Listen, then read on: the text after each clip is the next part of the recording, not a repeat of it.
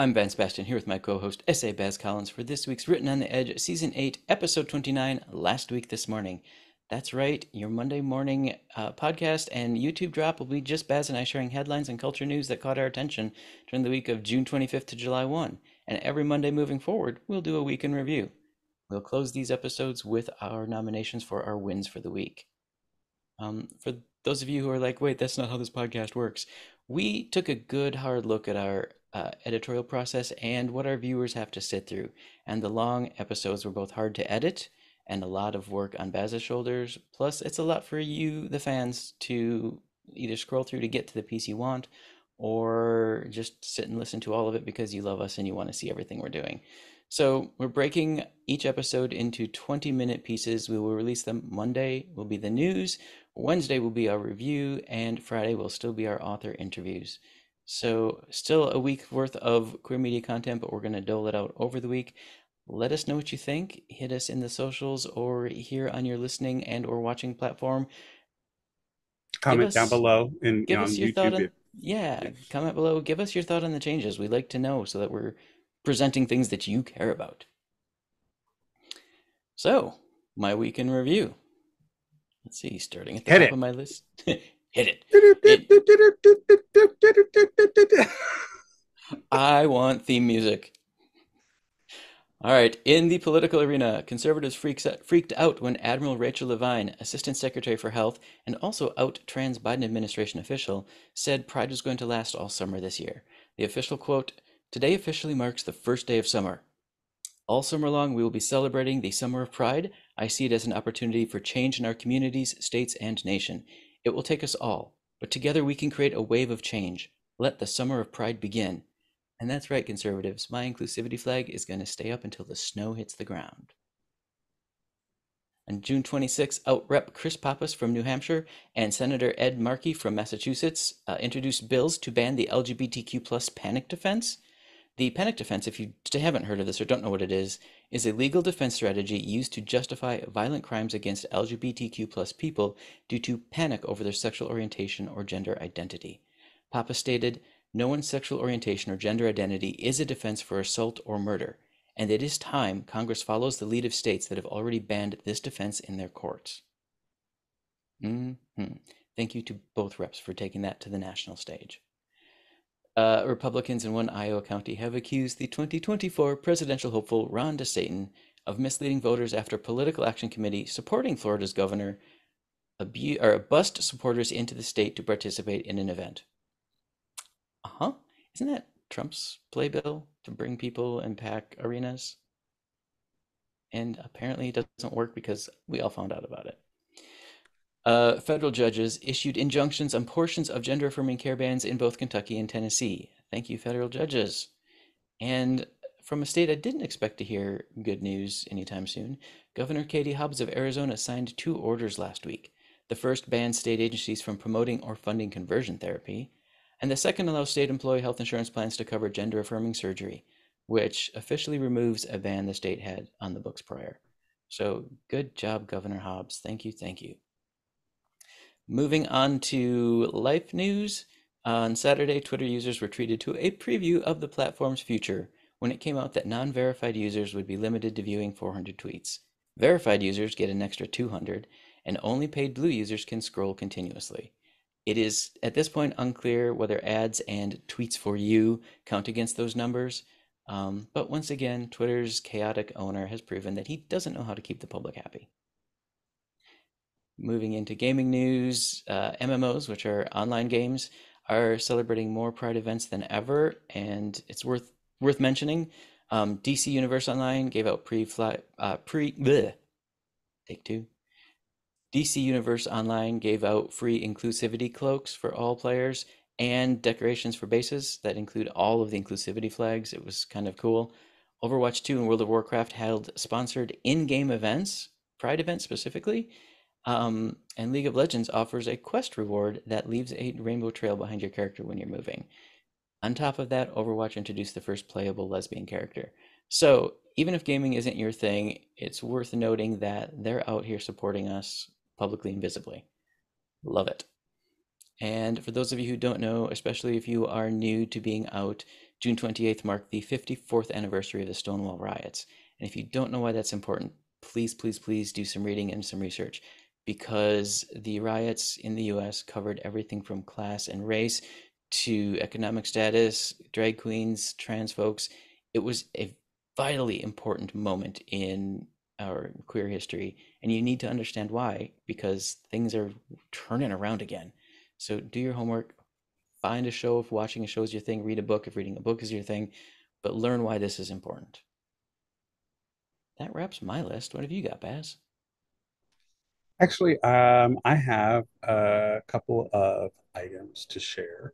The first one, for those who think that Pete Buttigieg is all about being the very well researched and very prolific gladiator that he is going into the lion's den of the alt right and all their bullshit that they do.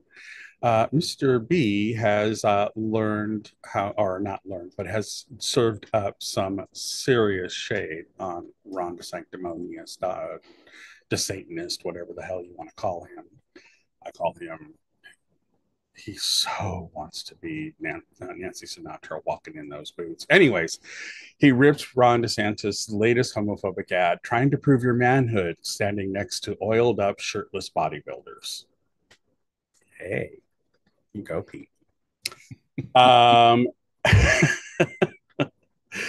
proves that Chastain's not the only one who can throw the shade around.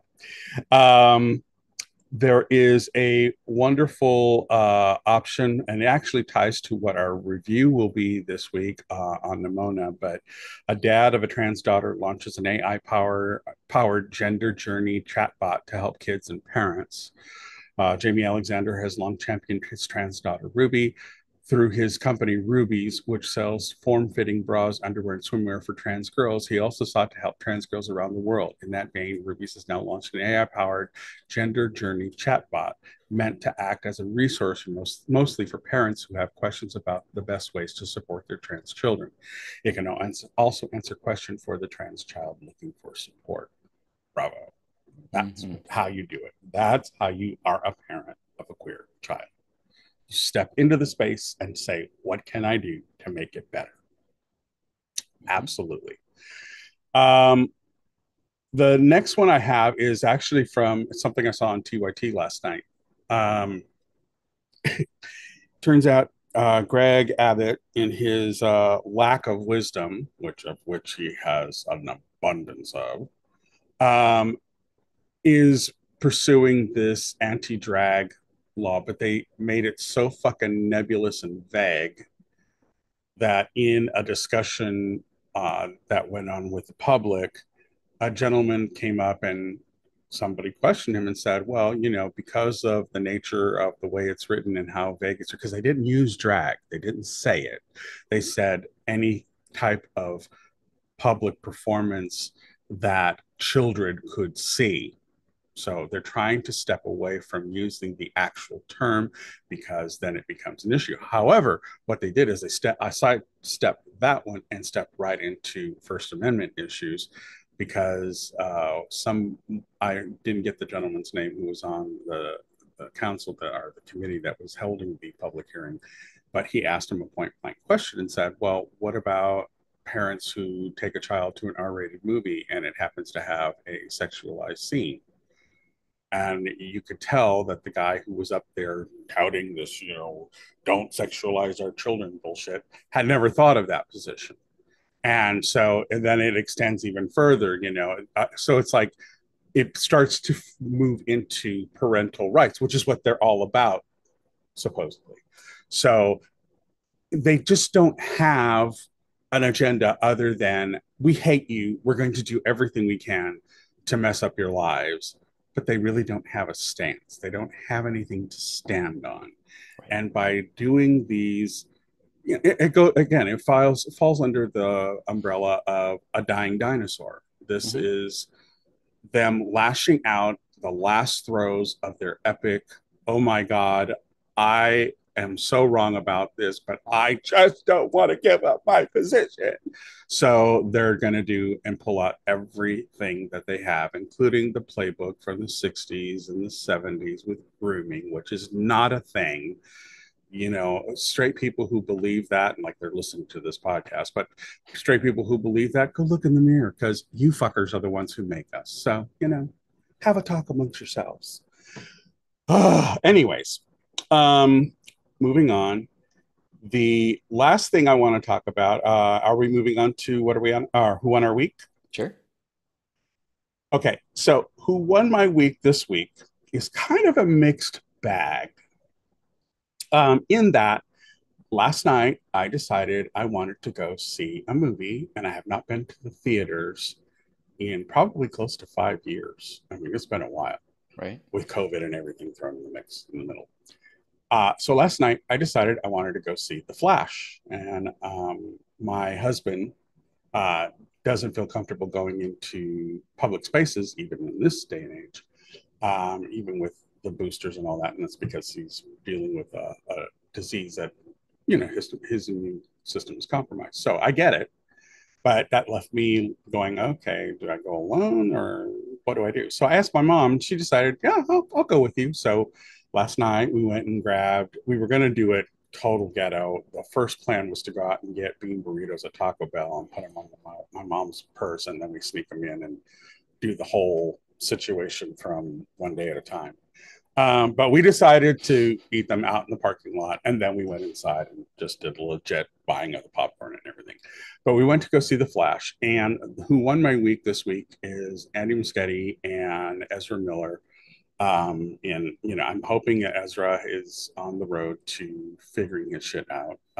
I still like him as a performer. I find his comedic timing really, really well placed, and it's just so well timed, and he does it naturally. Um, and so I'm hoping that things are working out for him. Um, and we all need to give people space to recover and, atone for some wrongs they may have committed and let them pick themselves up and move on. So this whole canceling thing, just stop it. It's not a thing. Just stop. It's a Twitter thing, and Twitter is the smallest platform out of all the social media platforms, and it's getting smaller because people are getting fed up with Musk and his bullshit. So, it's not a thing. Stop it. But in that vein, the reason why Andy Muschietti and Ezra are my winners this week is because my mom, over 80, has a problem where any movie, it can be anything. She'll sit down, get comfortable, put her arms across herself, like crossing like this, and the minute she goes. So I was expecting, watching this movie, I kept looking over at her to see if she was still awake. She was not only awake, she was into it, child. She's like, she laughed at all the funny parts. She lost herself. And when Ezra ends up becoming naked because he suddenly discovers he had the Ezra in the past discovers that he has powers. And so he goes running off in his regular clothes. And of course, the friction, it burns off of him. And he starts a whole sequence out in the open. And my mother just lost her shit. And for me, it was just wonderful to find a movie, probably one of the first in a long time, where she doesn't fall asleep during the film. Typically, my sister would take her to a movie, and within 10 minutes, she'd be asleep, and she'd see the credits in the beginning, and then she'd wake up when the credits rolled at the end and wondered what the movie was about. That's typically how it goes. She didn't for this one. She was in it all the way. And there were Nice. moments where she was leaning in and just, really into every little aspect of it. So Andy Muschietti and Ezra Miller win my week because they finally delivered a movie my mom can watch from beginning to end. And she said, and I'm going to get your sister to go. We're going to go see it again. Oh, wow. Nice. So yeah, I'll add my mom on that list of who won the week because I was like really shocked because it's like a 2.5 hour movie, and I sitting there and I kept looking over, going, is she awake? Is she awake? Child, she was not only awake, she was like cheerleading the damn thing on. It was funny. So I enjoyed it immensely, mostly just because my mom was all in, all in. all in. And she really loved the line in the end. If you've not seen it, you should go see it. The reason why it's a mixed bag is some of the special effects are kind of weird and gamey. Okay. But yeah, I kind of get it. It's just that it does explain, and it's not just DC. Marvel's having this issue too, where people are complaining about the special effects. It's like they've gotten into an area where it's getting weird, and Hmm. they haven't learned where the line is and stay behind the line. So I get it. It's becoming an issue across all movies that have CGI in films, which may lead to movies where the CGI starts to become less important, and maybe we'll start having more human interest stories. So maybe that's a good thing. But the line she laughed a lot was at the very end when Ezra thinks he's his character Barry Allen thinks he's solved everything and got everything back on track, and he's talking to Batman at the end, and Bruce Wayne is talking to him, and his car pulls up, and the crowd of reporters move aside, and George Clooney comes out of the car instead of Ben Affleck. And he goes, "Well, who the fuck is this?" Nice. It was just a great thing. But so it's a nice little film. It's the one I wanted to see out of all of the DCEU slate when it was announced way back in the day. Hmm. I've always wanted to see a Flash movie. I've always called him the Scarlet, or the Red Quipster, not the Speedster. I called him the Quipster because Barry Allen is typically a very funny character. And I understand people like Grant Gustin playing him on the TV show, but he never played that angle of the character. Right. So it always felt a little flat to me. I like Grant Gustin, but it didn't seem very Barry Allen in my mind. I always like when Barry's a bit snarky because that's the way he's written in the Hmm. original comics.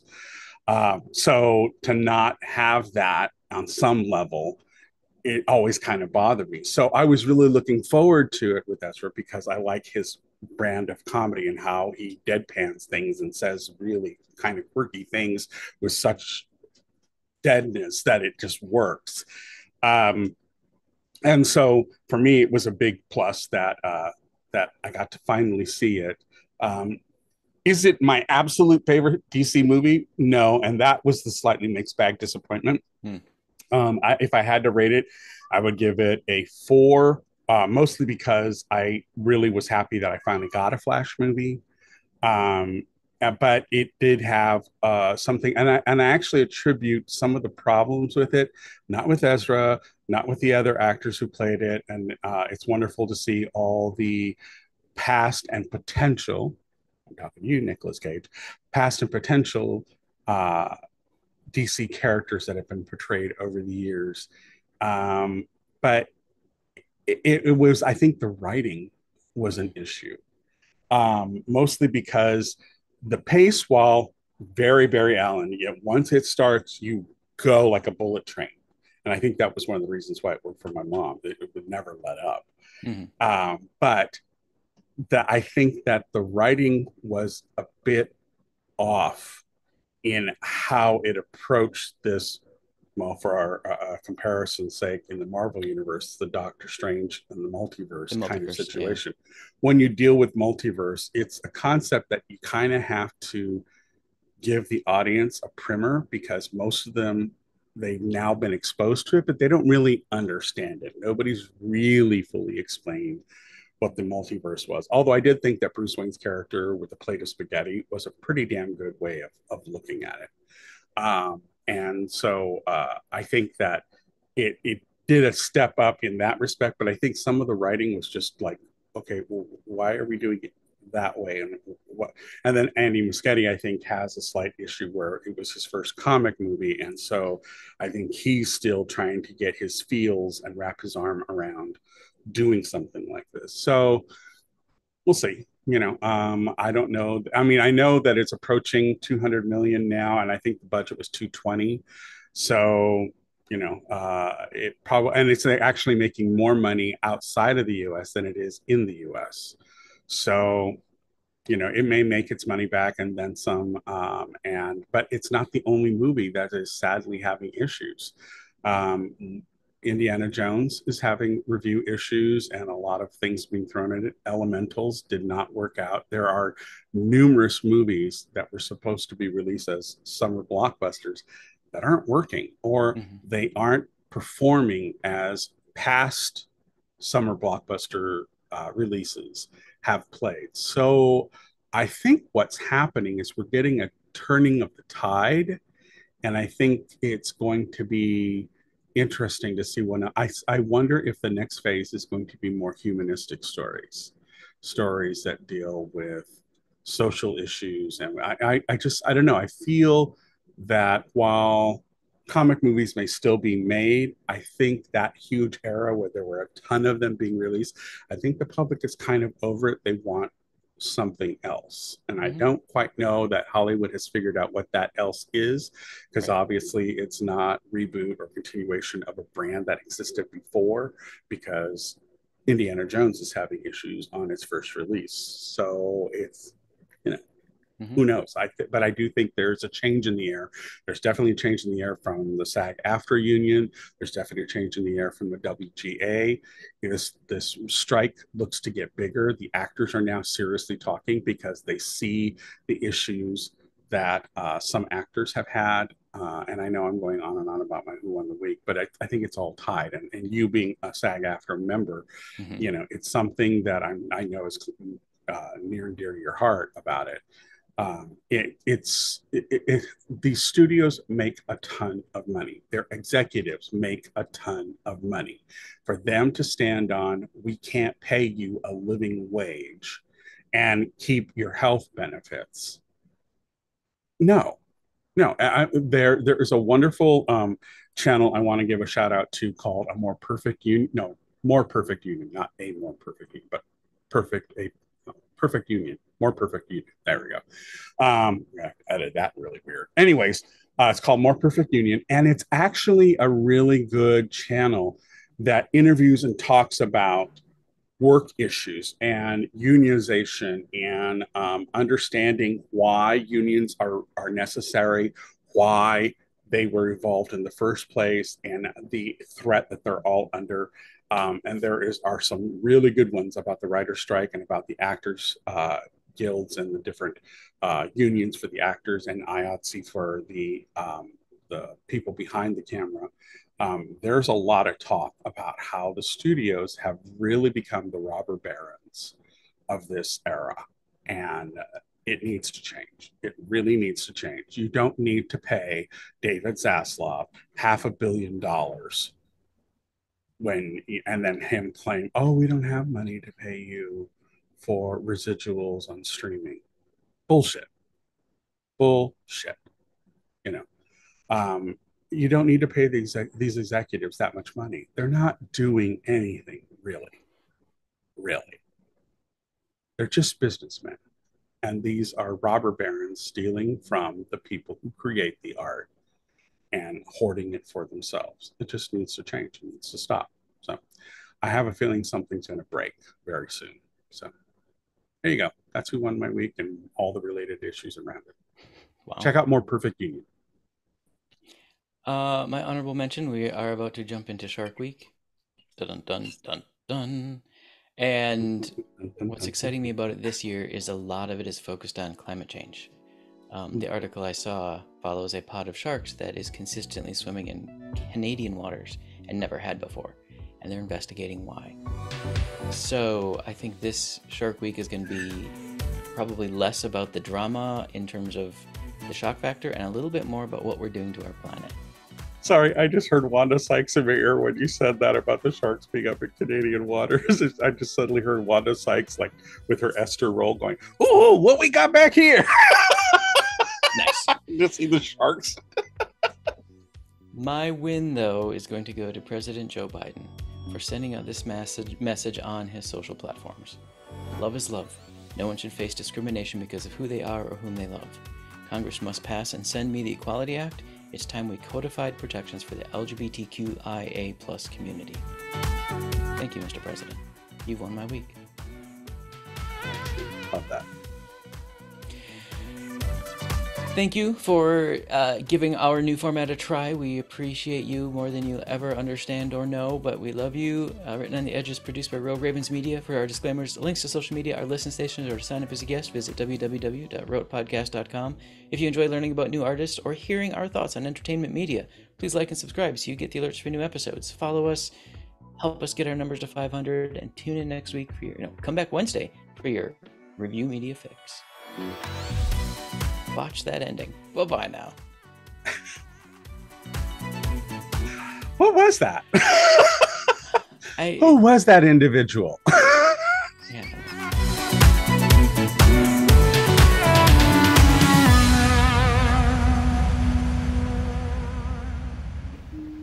Oh, what's that? Closing time. The bums rush in melody, dear.